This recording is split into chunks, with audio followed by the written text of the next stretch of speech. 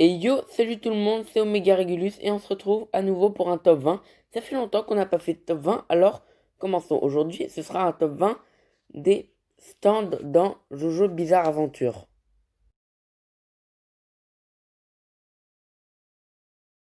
En 20e place, Echoes, le stand de Koichi. Echoes peut manipuler la gravité. C'est un bon pouvoir, il est plutôt rapide et quand même un peu puissant, mais je trouve qu'il n'est quand même pas une si grande amélioration comparé à Echoes Acte 2 quand il est passé en Acte 3. C'est vrai quoi, il peut juste rendre son adversaire plus lourd. On a bien vu que c'était inutile contre un adversaire puissant comme Kira quand celui-ci est venu en personne pour lui régler son compte. Alors que je suis à peu près certain que Echoes Acte 2 s'en serait clairement mieux sorti, mais il avait neutralisé la bombe et il avait encore toute sa marge de manœuvre, tandis que Acte 3 devait mettre son Tri-Freeze entièrement à disposition du blocage de la bombe level 2 de Kira, Yoshikage, hein. Donc je pense quand même que ça a été un peu gâché de l'acte 2 à l'acte 3. Un peu comme Nami dans One Piece qui se met à balancer que des éclairs et qui oublie carrément toute cette capacité. Bon, en bref, Koichi, il était bien parti, il aurait pu devenir un excellent manière de stand, être un peu plus haut dans le classement, mais je pense qu'il a vraiment eu un potentiel gâché. Du coup, on le met qu'en 20e place.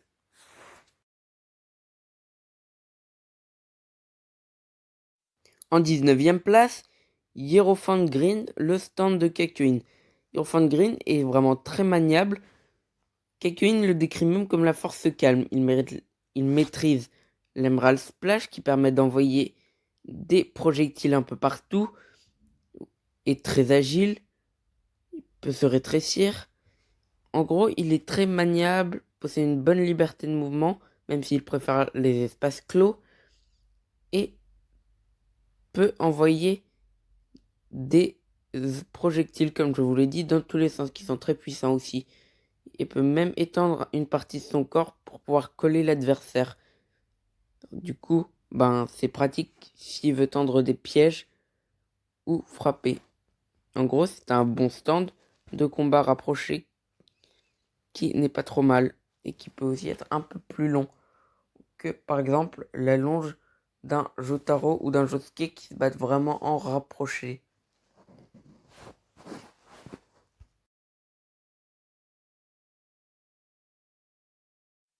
En 18e place, Magician's Red, le stand de Abdol. Alors, ce stand a un pouvoir très simple, il maîtrise le feu. Il aura d'ailleurs proposé le premier combat de stand de la série contre Jojo, qui était d'ailleurs plutôt pas mal, hein.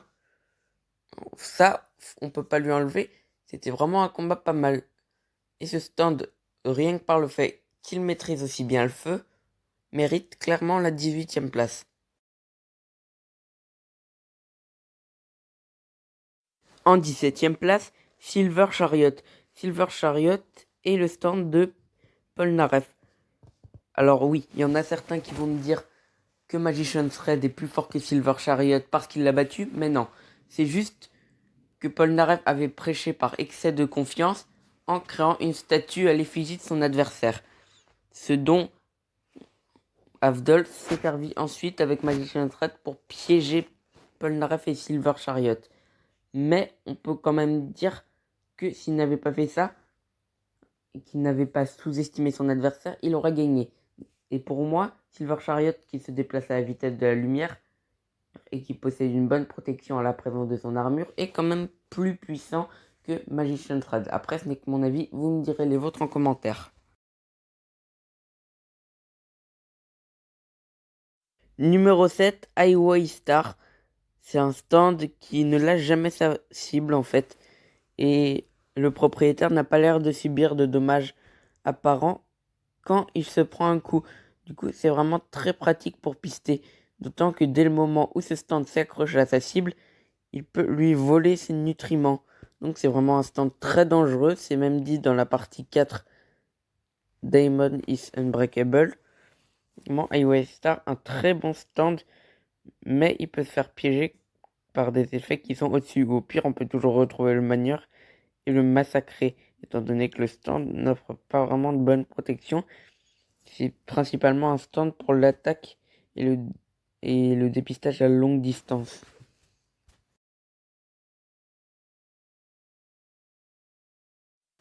En 15e position, The Hand, le stand de Okuyasu. Alors ce stand il est vraiment très dangereux parce que grâce à sa main droite, il peut effacer l'espace. Donc si jamais il efface un adversaire avec sa main droite, je vous fais pas un dessin, mais l'adversaire meurt. Et même s'il réussit à esquiver, il peut effacer l'espace entre son adversaire et lui pour l'avoir à portée de main. Donc c'est excellent pour un barrage de coups ou pour réussir une attaque contre un adversaire qui peut s'écarter vite.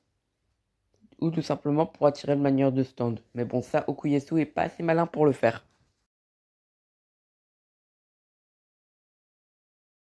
En numéro 14, Purple Haze, le stand de Fugo. On l'a pas beaucoup vu à l'œuvre, mais on sait qu'il dégage un nuage de poison autour de lui. Il peut également servir à défendre son utilisateur, même s'il n'est pas très bon encore. Mais ce qu'il faut surtout savoir, c'est qu'il il a du poison, un nuage empoisonné que les gens qualifient d'extrêmement dangereux. On n'a pas beaucoup vu ce stand à l'œuvre, mais il a l'air néanmoins extrêmement cheaté.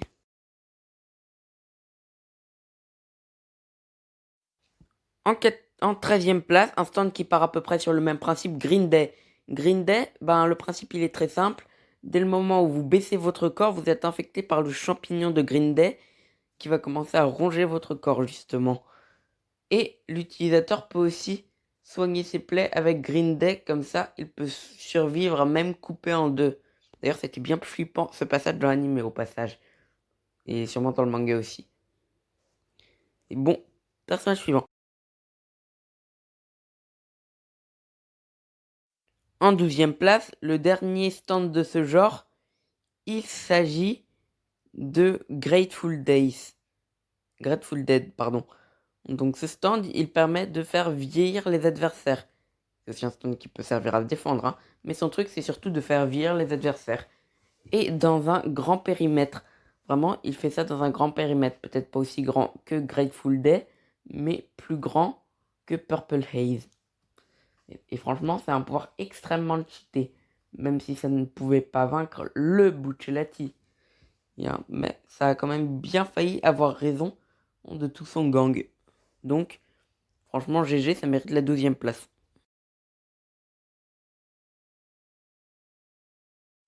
En 11e place, Anubis. Bon, ce stand, il n'est pas particulièrement puissant ou dangereux. Son efficacité réside surtout dans le fait qu'il peut prendre possession de son possesseur. Et donc subsister éternellement. En gros, c'est un stand invincible. Il n'est pas particulièrement fort, mais il l'est quand même. Et en plus, il a une très bonne capacité d'observation, ce qui lui permet de retenir les leçons et donc de trouver une parade à presque tous les coups qu'il a déjà reçus. Presque toutes les techniques, presque toutes les stratégies. Bref, un stand extrêmement cheaté.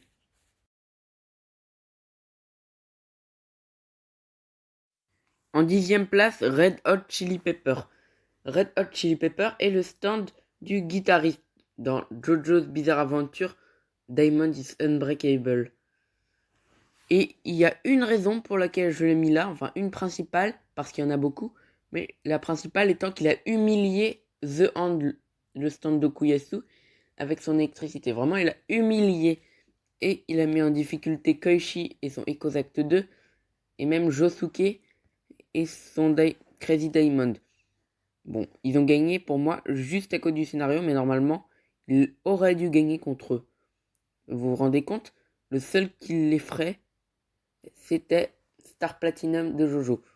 Enfin, de Josuke, pardon. Parce que des Jojo, il y en a plusieurs dans ce top. Mais bon, au final, il a fini par se faire recadrer par Crazy Diamond, mais quand même. Rendez-vous compte, il a humilié le 15e de la liste. Il peut se mouvoir dans à peu près tout ce qui est électrique et absorber l'électricité pour devenir puissant. D'ailleurs, il peut même la déverser en décharge. D'ailleurs, c'est comme ça qu'il a vaincu The Hand. Bon, en gros, c'est un stand hyper puissant qui mérite clairement la 10e place. En 9e place, Cream, le stand de Vanilla Ice. Alors Cream, ce qu'il peut faire, c'est simple. Tout ce qui entre dans sa bouche va dans une autre dimension. Il peut même s'auto-avaler lui-même. Et dans cette dimension, il est intouchable et peut effacer tout ce qu'il touche en étant dans cette dimension. Mais il peut effacer tout ce qu'il touche dans la dimension où il était au départ, depuis la dimension où il va. Je sais pas si je fais très clair, mais bon. En gros, il est totalement intouchable quand il fait ça et il peut détruire tout ce qu'il touche. Et son porteur de stand peut aller dans cette dimension sans se blesser contrairement aux autres. Son seul défaut est que quand il va dans cette dimension, il ne peut pas se diriger parce qu'il ne voit plus rien. Mais c'est un stand qui mérite quand même une 9e place pour moi.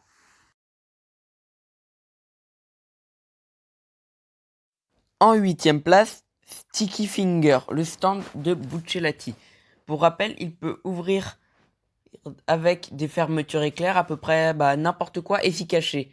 Donc c'est un peu comme le pouvoir de Crime, sauf que lui, il ne peut pas blesser les gens depuis cette dimension.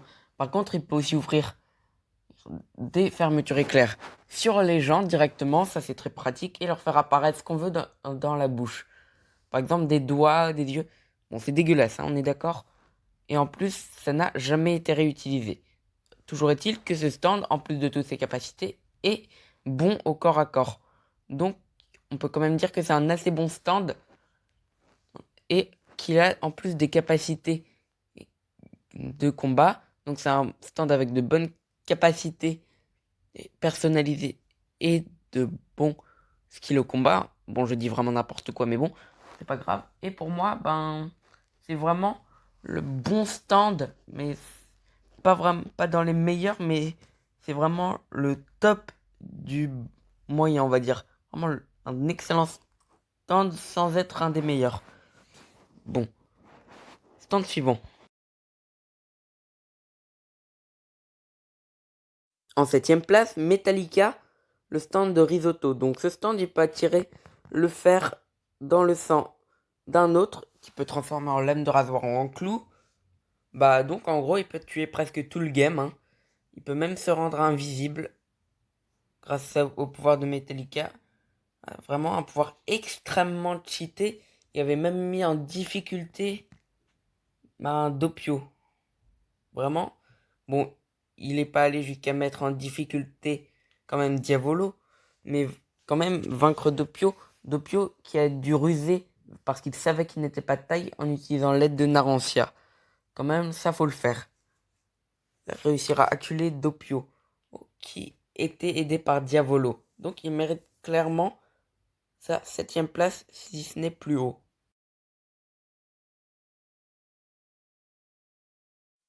Numéro 6, Crazy Diamond. Crazy Diamond est le stand de Ishigata Josuke, le héros de la 4e partie et de 3e saison. Diamond is unbreakable.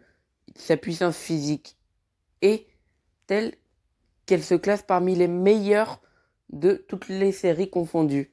Néanmoins, ce qui fait vraiment sa force, c'est sa capacité à restaurer tout ce qu'il touche.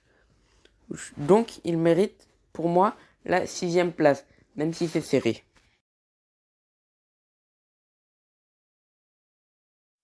En 5e place, Golden Experience. Golden Experience est le stand de Giorno Giovanna. Alors, on pourrait dire que Golden Experience Requiem est clairement le plus puissant des stands, peu importe les saisons, même après les 5 premières. Bon, d'ailleurs, petit aparté, mais je ne vais compter que les 5 premières saisons, hein, celles qui ont été adaptées en anime et que j'ai pu voir, parce que je ne suis pas encore assez expérimenté pour classer les autres. Et donc, qu'est-ce qu'il peut faire Golden Experience, en sachant que je ne compte pas les Requiem? Alors, il peut transformer des objets en êtres vivants ou en parties du corps qu'il pourra ensuite se greffer pour se soigner. Il est excellent au corps à corps, etc., etc. Et il peut même faire sortir l'esprit d'un ennemi si jamais il réussit à le frapper. Donc ça, c'est un pouvoir vraiment très pratique. Dommage qu'il ne l'ait utilisé qu'une fois.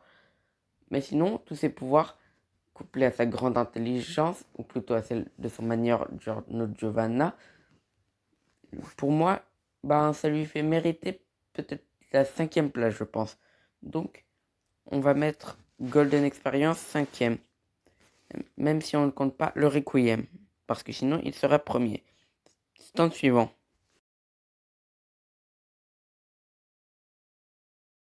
En 4e place, ça ne rigole plus, on commence à rentrer dans les stands qui peuvent manipuler le temps.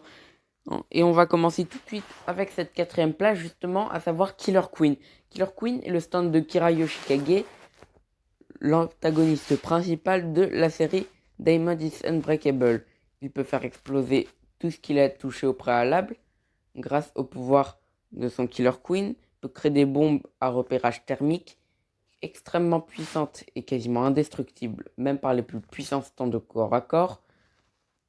Et peut même manipuler le temps dans une relative mesure grâce à Bite the Dust qui le rend quasiment indétectable au cas où il voudrait se cacher et permet de tuer les ennemis et même d'effacer toute preuve de son passage. En plus d'être excellent au combat, ce stand permet une grande maniabilité stratégique et une grande possibilité et de marge de manœuvre pour la fuite par exemple, au pire si ses ennemis sont trop puissants et nombreux. Je l'ai mis 4e, mais il pourrait sûrement vaincre un ennemi en 2 ou 3e place, même s'ils peuvent, eux, manipuler le temps à leur guise ou presque.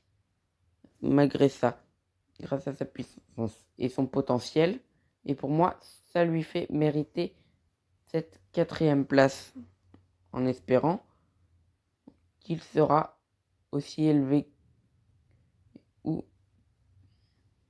Bon, c'était le moment, je ne sais pas parler de la vidéo, donc en espérant qu'il soit toujours aussi élevé dans les tops des gens. Même si là, j'ai peut-être un peu abusé en le mettant 4e. Donc, bref, passons à la 3e place. Donc, en 3e place, The World, le stand de Dio. Je vais vous donner les raisons pour lesquelles je l'ai mis en 3e place quand je parlerai de la 2e.